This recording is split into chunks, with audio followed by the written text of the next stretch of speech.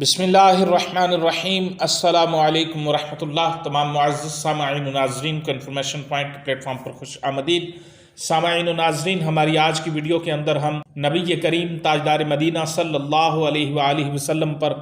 درود شریف پڑھنے کی فضیلت پر 5 احادیث رسول سنیں گے۔ سامعین، در مختار و رد المختار میں روایت مروی ہے، حضرت انس رضی اللہ عنہ بیان فرماتے ہیں کہ حضور صلی اللہ علیہ وآلہ وسلم نے ارشاد فرمایا، جو مجھ پر ایک بار درود پڑھے اور وہ قبول ہو جائے تو اللہ تعالیٰ اس کے 80 سال کے گناہ مٹا دے گا۔ ترمذی میں روایت مروی ہے، حضرت عبداللہ بن مسعود رضی اللہ عنہ فرماتے ہیں کہ حضور صلی اللہ علیہ وآلہ وسلم نے ارشاد فرمایا، قیامت کے دن مجھ سے سب لوگوں میں زیادہ قریب وہ ہوگا جس نے سب سے زیادہ مجھ پر درود پڑھا ہوگا۔ سامعین، مسند امام احمد بن حنبل میں روایت مروی ہے، حضرت عبداللہ بن عمرو بن العاص رضی اللہ عنہ فرماتے ہیں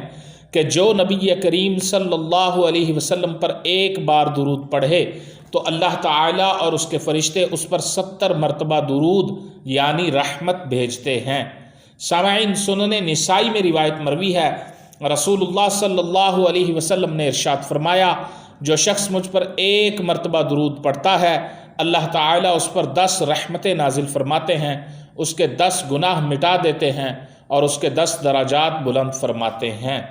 سامعین و ناظرین، سنن نسائی ہی کی روایت ہے، حضرت ابو طلحہ انصاری رضی اللہ عنہ فرماتے ہیں کہ ایک دن حضور صلی اللہ علیہ وآلہ وسلم تشریف لائے اور بشاشت چہرہ اقدس پر نمایاں تھی۔ ارشاد فرمایا، میرے پاس جبریل امین علیہ السلام آئے اور کہا، آپ کا رب فرماتا ہے، کیا آپ راضی نہیں کہ آپ کی امت میں سے جو کوئی آپ پر ایک بار درود بھیجے میں اس پر 10 بار درود بھیجوں گا،